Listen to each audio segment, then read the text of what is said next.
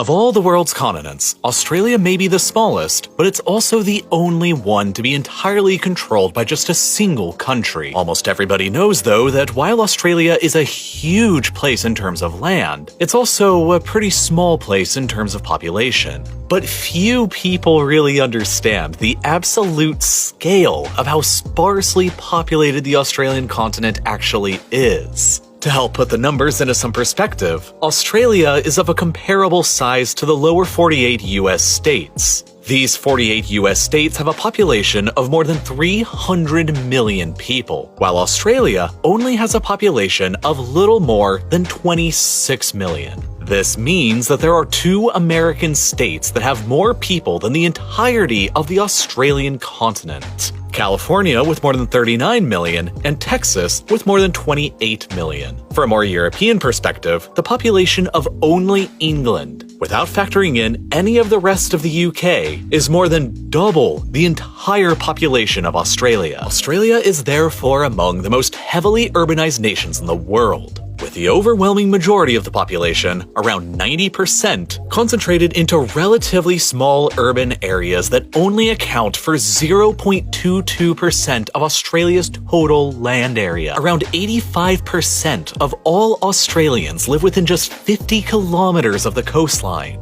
meaning that there's hardly anyone deeper into the continent's vast interior. Australia is really empty. And to hammer the point home even further, consider the towns of Esperance on the south coast and Kununurra near to the north coast. Both of these towns are within the same state of Western Australia, and it takes at least 35 hours of time to drive from one to the other across a distance of more than 3,200 kilometers. And along that entire distance in time, you'll maybe only drive through a population of less than 70,000 people the entire way. What is it about Australia that makes it such an overall empty void of people? Well, the easy answer that I'm sure most of you are thinking right now is the desert. Duh. Everybody knows that Australia is covered in a big old desert with tons of super dangerous animals and insects. Who would ever want to actually live in most of the country? And while there is some truth to this line of thinking, I am here to argue with you that that's only a small part of the overall population puzzle in Australia, and the full explanation for why there are so few people on this continent is overall a pretty complicated one. Most of the problem stems from the fact that Australia is pretty uniquely cursed when it comes to both the geologic and location perspective. There are simply very few tall mountains to be found anywhere on the continent that are actually capable of forcing air upwards where it's possible to cool into rain. And then, to make matters even worse, that air is very often just too hot for rain to form anyway, because the continent straddles the boundary of the Tropic of Capricorn, placing a significant amount of northern Australia to be well within the tropics, and almost the rest of the continent down in the subtropic. This area of the world is dominated by the subtropical high-pressure belt that wraps around the entire globe, and it simultaneously serves to both warm and dry the air around it. So whatever air even does get pushed up by the few tall mountains in Australia has to also contend with this phenomenon. These factors converge to make Australia by far the driest inhabited continent on the Earth, with the least amount of average annual rainfall, and consequently, desert or desert-like conditions understandably exist over about 35% of the continent's total area. Just take a look at this map of Australia's average rates of annual rainfall, where you can see most of the rain on the continent falls on the east coast in the stretch of land between the coastline and the Great Dividing Range, in the north that stretches into the tropics, Tasmania in the south, and around Perth in the southwest corner. It's basically an identical map with Australia's current population density pattern. 9 of the 10 hottest recorded years in the continent's history have taken place just since 2005. These higher temperatures are rapidly increasing the rates of evaporation throughout the waters of the basin, and with already limited rainfall throughout the majority of it, it's making the water here increasingly scarce, with some sections of the basin at times remaining completely dry for months on end. And it's not just the scarcity of fresh water on the continent that makes sustaining a very large population difficult.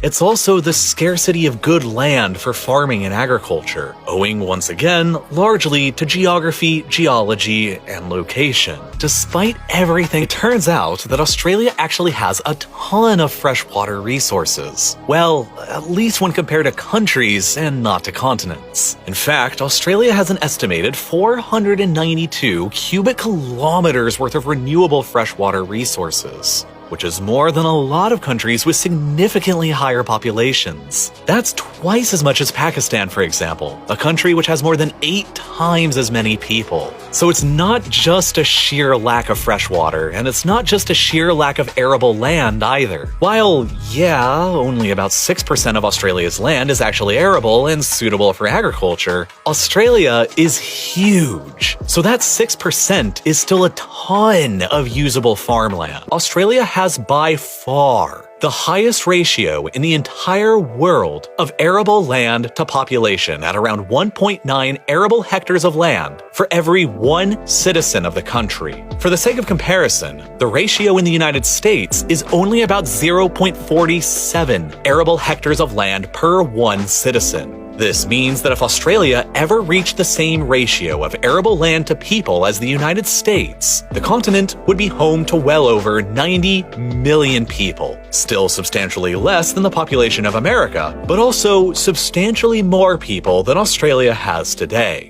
In theory, Australia does have enough space and resources to support a lot more people than the 26 million who live there today. The big reason why it doesn't is because for pretty much the entire history of Australia, right up until the present day, it's just been a really tough place for anyone to actually get to. You see, for millions of years now, Australia has been effectively a lost continent, isolated from all the Earth's other major landmasses, drifting alone out in the sea. This has resulted in millions of years of completely separate evolution for the animals of the continent, which is why Australia is unique among Earth's continents for the fact that marsupials, and not placental mammals, dominate the indigenous mammal wildlife species. For most of Australia's history, immigration came almost entirely from just a single source: the British Isles. Following the discovery of gold on the continent in 1851, a massive gold rush to Australia ensued that saw around 2% of the entire population of the British Isles emigrate to Australia throughout the decade of the 1850s, and more than doubled the Australian population almost overnight. But Australia struggled to attract large numbers of immigrants from Europe afterwards, because it was heavily competing for them with more attractive countries in the Americas like the United States, Canada, Brazil, and Argentina,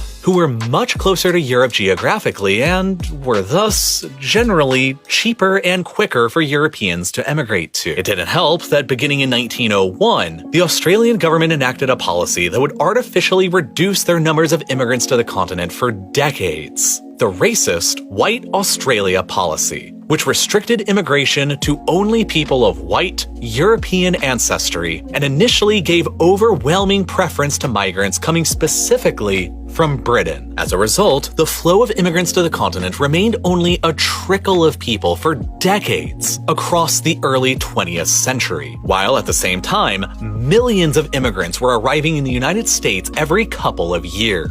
Before 1945, almost all the immigrants to Australia came from either Great Britain or Ireland. But after the war, Australia for the very first time began encouraging immigration from across the European continent. The policies restricting immigration largely only to Britons were gradually relaxed to be more inclusive of all Europeans, and by the 1960s, 3 million mainland Europeans from places like the Baltic states, Poland, Italy, the Balkans, and Greece packed up their bags and headed to Australia to begin a brand new life, many of them being displaced refugees from the war. But the exclusion of non-whites as immigrants to the continent remained largely in force for several more decades even after the war. It wasn't until 1973, nearly 3 decades after the end of World War II, that the White Australia policy was finally overturned, and race ceased being a factor in the continent's immigration policy. Ever since, Australia has maintained an official policy of multiculturalism and has welcomed large-scale, multi-ethnic immigration for decades from all across the world. And now, in the 21st century, the vast majority of new immigrants to the continent come from Asia and not from Europe, especially from China and India. Today, Australia caps the new numbers of immigrants to the continent at less than 200,000 a year, which, for a country of only 26 million, is actually a pretty consistently high rate of immigration. As of 2022, nearly 1 in 3 people on the Australian continent was born outside of it, which is by far the highest proportion of immigrants found in the population of any developed Western nation. Australia today is a proud nation of immigrants from all across the world, and by 2050, the continent's population is projected to increase up to around 36 million. About the same as Canada today, and largely through continued immigration. But the growth over the next 2 decades will not come without its challenges. The continent's ancient natural challenges like unpredictable rainfall, drying rivers, droughts, and vast arid wilderness, along with new challenges like the uncertain course of climate change, mean that Australia has an epic battle against its own environment ahead of it to continue increasing their population.